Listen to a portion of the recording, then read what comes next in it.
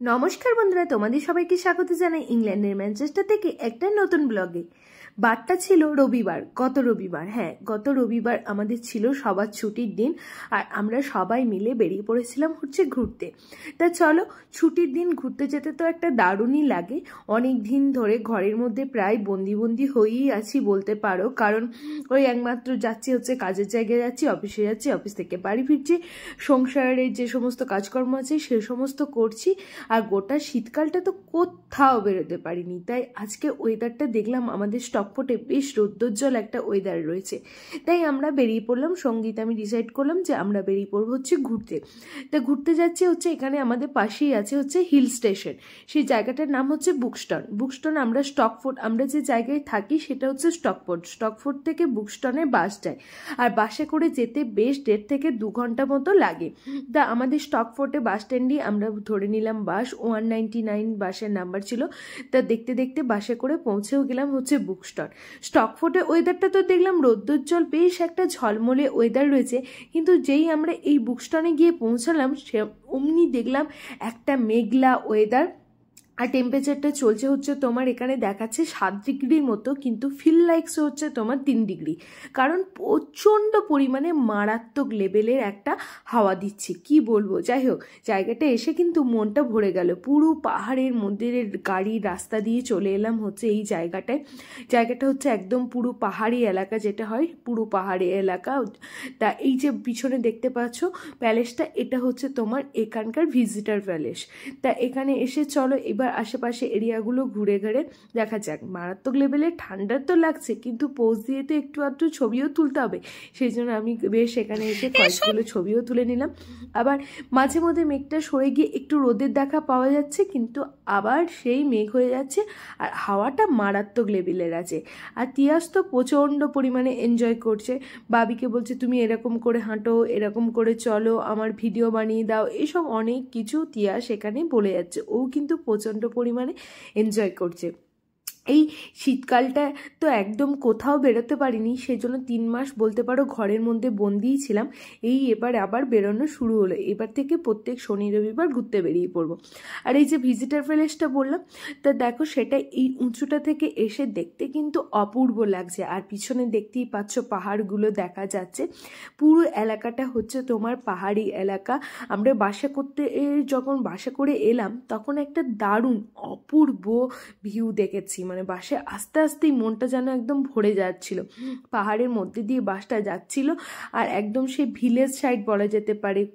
Village side মানে খুব ফাঁকা বাড়িগুলো, ফার্ম হাউস আছে, এরকম দারুণ সুন্দর একটা বাড়ি। তা এবার চলে এলাম এখানেই এই গার্ডেনটায়। এটা খুব সুন্দর গার্ডেনটা, পার্কটা বানানো। চলো পুরো গার্ডেনটা এখন ঘুরে ঘেরে দেখা যাক কেমন লাগে আমাদের। আর চারিদিকে তো সবুজ, আস্তে আস্তে সবুজ দেখতেই পাচ্ছ। গাছপালাগুলো আস্তে আস্তে যে মরে গেছিলো আস্তে আস্তে পাতা আসতেও শুরু করে দিয়েছে, চারিদিকে সবুজ রং হচ্ছে, আর একটু আধটু ফুলও ফুটছে খুব সুন্দর।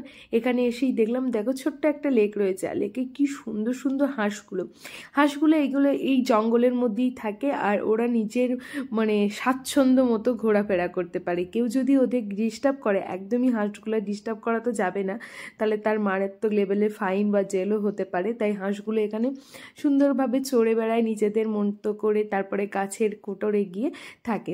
আর এই যে বললাম আমরা যাই, ঠান্ডা লাগুক যাই লাগুক ছবি তো তুলতে হবে। তাই তিয়াসকে বলছি ছবি তোলার জন্য, আর তিয়াস তো কিছুতেই ছবি তুলবে না, কারণ তিয়াস সামনেই দেখতে পেয়েছে তোমার টয় ট্রেন।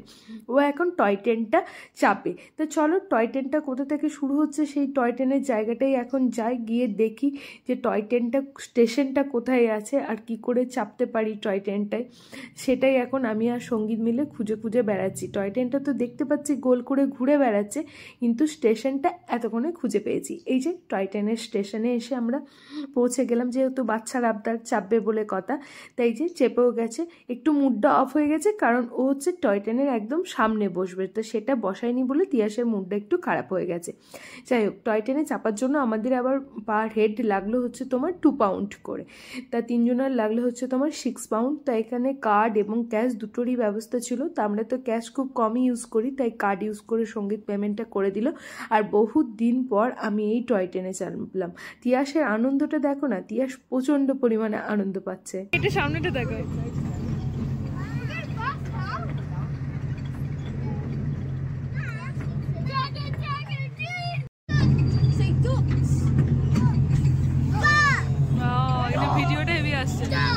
কোথায় ঢুকছি দেখ।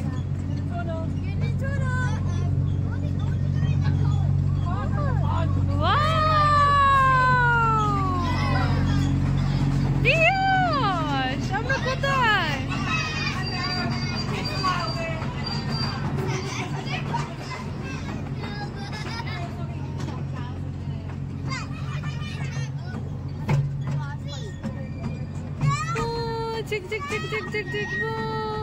বেশি মুখ পারিও না, সঙ্গে তোকে দেখো সঙ্গে। 2 পাউন্ডের টয় ট্রেনে আমাদেরকে দুটো পাক ঘোরালো, মানে গোল করে কিছুটা এরিয়া জুড়ে টয় ট্রেনটা রয়েছে, রাস্তাটা বানানো আছে। তা আমাদেরকে মাত্র দুটো পাক 2 পাউন্ডে দিল, মানে পার পাউন্ড হচ্ছে পাক হয়তো 1 পাউন্ড করে। যাই হোক, তা অনেকে দেখতে পাচ্ছ ওখানে লাইন দিয়ে দাঁড়িয়ে আছে, কারণ এখন চলছে এখানকার ইস্টার হলিডে, বাচ্চাদের সমস্ত স্কুল ছুটি, অফিস ছুটি, তাই সবাই এখন ঘরে আছে আর এই টাইমটা এখন সবাই ঘুরতে বেরোয়, তাই পার্কে বেশ ভালো পরিমাণে ভিড়ভাড়টাও দেখা যাচ্ছে। আর এই দেখো কতজন লাইন দিয়ে দাঁড়িয়ে আছে এই টয় ট্রেনে এখন চাপবে বলে। চলো, আমাদের তো 2 পাউন্ড দিয়ে ঘোরা কমপ্লিট হয়ে গেল। তারপর চলে এলাম এই লেকের ধারে। কিন্তু এই লেকের ধারে এসে তিয়াস আবার আরও একটা মজার জিনিস দেখতে পেয়ে গিয়েছে, সেটা হচ্ছে এই লেকে চলছে হচ্ছে বোট। তা তিয়াস সেরকম কোনো দিন বোটে চাপেনি, তাই ওকে আমাদেরও ইচ্ছা আছে একটু বোটে চাপাবার।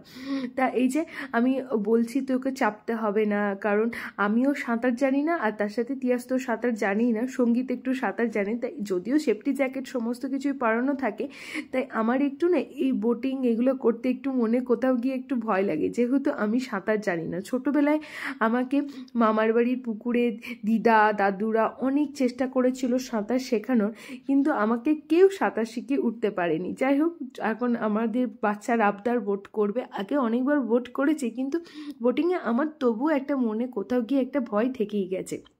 তাই এখানে বোটিংয়ে তোমার 30 মিনিটস লাগবে, 30 মিনিটসে তোমার আমাদের 3 জনের নিলে হচ্ছে তোমার 10 পাউন্ড মতো। তো চলো, বোটের মধ্যে তো চেপে গেছি, এখন তিয়াসকে নিয়ে এই বোটিং করে করে পুরো লেকটা এখন ঘোরা যাক আর এনজয় করা যাক। আর মারাত্মক লেভেলের হাওয়া দিচ্ছে আর প্রচণ্ড ঠান্ডা লাগছে। যাই হোক, ভাগ্যক্রমে বৃষ্টিটা পড়েনি, এটাই একটা আমাদের ভাগ্যটা ভালো বলা যেতে পারে, কারণ বৃষ্টি পড়লে তো সমস্ত কিছুই মাটি হয়ে যেত। যাই হোক, বৃষ্টিটা পড়েনি, কিন্তু মারাত্মক পরিমাণে ঠান্ডা লেভেলে একটা হাওয়াটা আছে। আর এই জায়গাও 3 জনের সেফটি জ্যাকেট পরে এখন বোটিংয়ের জন্য নেমে গিয়েছি। আমাদেরকে 2 রকমের অপশন দিচ্ছিলো, যে পায়ে প্যাডেল করে বোটিং নেবে না, যা হাতে করে বোটিং নেবে। বললাম না, পায়ে প্যাডেলটাই নেবো, কারণ প্যাডেলটাই আমাদের মধ্যে মনে হলো আমাদের সুবিধা, তাই প্যাডেলটাই নিলাম। আর জলটা তো একদম মারাত্মক লেভেলের একটা ঠান্ডা, আর ওই ঠান্ডাটা দেখার জন্য আমি একটু হাতে করে জলটা নিয়েও দেখছিলাম। হাতে করে জলটা নিয়ে তোমার হাতটা একবারে সেই পুরো ঠান্ডা হয়ে গেল। যাই হোক, তিয়াস তো মাঝখানে ঢুকে গেছে একদম জবুতাবু হয়ে, আর একটু রেগেও গেছে, কারণ ওকে প্যাডেল করতে দেওয়া হচ্ছে না বলে। ওর তো সবেতেই একটু রাগ বেশি হয়ে যায়, মানে ঘুরতে বেরোলে ছোটোখাটো জিনিসে ছেলে আমার রেগে গিয়ে বসে থাকে। এখন রাগের কারণ হচ্ছে ওকে প্যাডেল করতে দেওয়া হচ্ছে না বলে। তারপর একটু পরে ওর রাগটা আবার কমলো, ঠিক হলো। এই দেখো, আমি জলটা নিয়েও দেখছিলাম, জলটা কিন্তু একদম স্বচ্ছ পরিষ্কার একটা জল, জলটার মধ্যে কোনো রকম নোংরা দেখতে পাইনি। আর সুন্দরগুলো হাঁসগুলো তোমার চড়ে চড়ে বেড়াচ্ছিলো। বোটিং তো কমপ্লিট হলো। এবার এখানেই পার্কের মধ্যে পার্কের যে সমস্ত জিনিসপত্রগুলো আছে সেগুলো তিয়াস এখন খেলাধুলো করবে। আর পুরো পার্কটা না দেখে মনে হচ্ছে, দেখো এখান থেকে সেই আমরা পিকচার যেমন দেখি, সেই মনে হচ্ছে কোনো একটা ওয়ালপেপার লাগানো আছে, এইরকম একটা দেখে লুক লাগছিল। আর ছবিগুলোও আমাদের এসেছিলো সেই রকমই অসাধারণ আসছিলো। এখানে প্রত্যেকটা পিকচার আসছিল, ঠিক মনে হচ্ছিলো আমরা ওয়ালপেপারের সামনে দাঁড়িয়ে আছি। আর এই জায়গাটা তো একটা অপূর্ব সৌন্দর্য লাগছিলো, পুরো মনে হচ্ছে পিছনটা কোনো একটা গ্রিনারি একটা ওয়ালপেপার দেওয়া আছে আর আমরা দাঁড়িয়ে আছি। তবে এখানে পার্কের তো বাচ্চাদের সমস্ত কিছু অ্যাক্টিভিটি জিনিসপত্র বানানোই আছে। তা তিয়াস সেগুলো চড়ার জন্য চলে এসছে, এখানে সেগুলো চড়ার জন্য তিয়াস রেডি হচ্ছে। আর এখানে একটা ছোটোখাটো মাউন্টেনের মতো আছে, তিয়াস এটাকে ওঠার চেষ্টা করছে।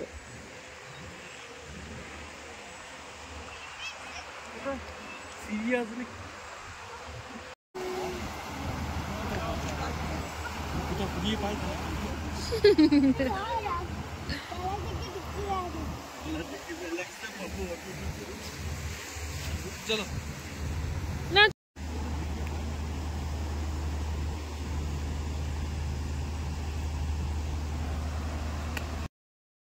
সত্যি অনেক দিন পর একটা প্রাকৃতিক সৌন্দর্য উপভোগ করলাম, আর প্রাকৃতিকের কোলে মনে হচ্ছে আজকে পুরো সারাটা দিন আমরা কাটালাম। বুঝতেই পারছো হাওয়াটা কি লেভেলের দিচ্ছে, প্রচণ্ড পরিমাণে হাওয়াটা দিচ্ছে। তা এখন তো এবার একটু খাওয়া দাওয়া করতে হবে। বাড়ি থেকে তো ব্রেকফাস্ট করে বেরিয়েছিলাম, এখন এবার লাঞ্চের টাইম হয়ে গেছে। তা লাঞ্চে আমি বাড়ি থেকে খাবার বানিয়ে নিয়েই এসেছিলাম, কারণ এখানে আমি ভেবেছিলাম যে কতটা কি দোকানপত্র পেয়ে উঠবো আর আদৌ সেগুলো আমাদের পছন্দ হবে কি না, সেই জন্য আমি বাড়ি থেকে খাবার বানিয়ে নিয়ে এসেছি। কিন্তু তিয়াস বলে এখানে নুডলস খাবে, তাই তিয়াস এখানে একটা নুডলস নিল, চিকেন নুডলস, যেটা খেতে আমি তো একটু টেস্ট করে দেখলাম, একদম বিচ্ছিরি লাগছিল, কোনো রকম টেস্ট ছিল না। যাই হোক, তিয়াসের খুব ভালো লেগেছে, ওটাই ভালো। তিয়াস ওটা খেলো, আর আমি বাড়ি থেকে বানিয়ে এনেছিলাম হচ্ছে পরোটা আর আলুর তরকারি, সেটা দিয়ে আমরা তোমার লাঞ্চটা কমপ্লিট করলাম। আর তার সাথে তো ঘোরার ফাঁকে ফাঁকে তোমার বিভিন্ন ধরনের কোল্ড ড্রিঙ্কস, চিপস, সেসব খাওয়া দাওয়া তো থেকেই থাকে। আর তিয়ার সাথে করে ওর একটা গাড়ি নিয়ে এসছে। এবার পাহাড়ে এই ঢালু রাস্তা দিয়ে যখন ও নামছে, তখন গাড়িটাকে দেখো এরকম ছেড়ে দিয়েছে রাস্তায়, দিয়ে গাড়িটাকে নিয়ে তোমার চালিয়ে চালিয়ে বেড়াচ্ছে। আর এরকম ও ঘুরতে গেলে, কোথাও কোথাও ঘুরতে গেলে এরকম ওর কোনো না কোনো খেলার জিনিস একটা দুটো ওর সাথে করে পকেটে ভরে হোক, ব্যাগে ভরে হোক, তোমার নিয়ে যায়। আর এই যে সামার সিজনে খুব সুন্দর সুন্দর ফুলগুলো এরকম রাস্তাঘাটে ফুটে থাকতে দেখে যায়, আর দেখতেও না অপূর্ব সুন্দর লাগে। চলো, বেশ সুন্দর আমরা একটা ঘোরাঘুরি করলাম। বুকস্টন এরিয়াটা সত্যি অপূর্ব সুন্দর। তা আমাদের এখন বাসের টাইম অনেকটাই লেট আছে, এখানে স্টকপোর্টে বাসের টাইম হচ্ছে 1 ঘন্টা অন্তর অন্তর যায়। তা এখন পাশেই এখানে বুকস্টনের যে মার্কেটটা ছিল, সেই মার্কেটে চলে এলাম, মার্কেটটা একটু ঘুরে দেখার জন্য। আর এখন যেহেতু ইস্টার হলিডে চলছে, তাই বেশিরভাগ দোকানপত্র হচ্ছে তোমার বন্ধ। তা কি আর করা যাবে, পাশেই দেখলাম আমাদের আর একটা গার্ডেন রয়েছে, তাই সঙ্গীতকে বললাম চলো ওই গার্ডেনটাই আরেকটু ঘুরে আসা যাক। আর এখান থেকে ভিউটা দেখো অপূর্ব সুন্দর লাগছে, পাহাড়ের কোলে মেঘগুলো জমে আছে, অপূর্ব লাগছিল। তা এই পাশেই হচ্ছে আরেকটা গার্ডেন ছিল, তো সেই গার্ডেনটাই চলে এলাম। এটাও একদম সবুজে ঘেরা একটা বাগান, আর খুব সুন্দরভাবে ওই সেম জিনিস বাচ্চাদের জিনিসপত্র অ্যাক্টিভিটি বানানো আছে, কিন্তু এটা অনেকটা বড় একটা গার্ডেন, কিন্তু অ্যাক্টিভিটিগুলো একটু কম। আর এখানে পার্কটায় তো একদমই ভিড়ভাড়টা নেই, যেহেতু এই গার্ডেনটায় দেখলাম ভিড়ভাড়টা একদমই কম, কেউ লোকজন সেরকম আসেনি। আগের গার্ডেনটাই যেমন প্রচণ্ড পরিমাণ লোকজনে ভর্তি ছিল, এটাই অতটা নেই। তাই তিয়াস মনের মতো ওর খেলা করার জায়গা পেয়ে গেছে, মানে দেখে মনে হচ্ছে ওকে যে ওই পার্কটার মালিক হচ্ছে ও নিজেই, এরকম একটা ব্যাপার। ও প্রচণ্ড পরিমাণে এনজয় করছে। দারুণ সুন্দর প্রাকৃতিক কোলে প্রাকৃতিক দৃশ্য উপভোগ করতে করতে একটা দিন কাটালাম। এবার হচ্ছে বাড়ি ফেরার পালা, কারণ প্রায় বেজে গিয়েছে হচ্ছে 5টা। বাড়ি যেতে যেতে প্রায় 1.5 থেকে 2 ঘন্টা মতো বাসে লেগে যাবে। তাই বাসে চেপে পড়লাম, বাড়ির উদ্দেশ্যে রওনাও দিয়ে দিলাম। আর বাড়ি পৌঁছে রাত্রে মেনুতে খেলাম হচ্ছে কালকে বানিয়ে রেখেছিলাম মাটনের কারি, আর তার সাথে হচ্ছে ভাত। আর তার সাথে এখন ছুটির দিন মানে হচ্ছে একটা মুভি দেখার টাইম, সে সাথে লাগিয়ে দিলাম হচ্ছে একটা মুভি। তা আজকের ব্লগটা এখানেই শেষ করছি। কেমন লাগলো এই ছোট্ট ব্লগটা অবশ্যই কিন্তু কমেন্ট করে জানিও। ভালো লাগলে প্লিজ পেজটাকে একটু ফলো এবং লাইক করে দিও। Tata, bye bye.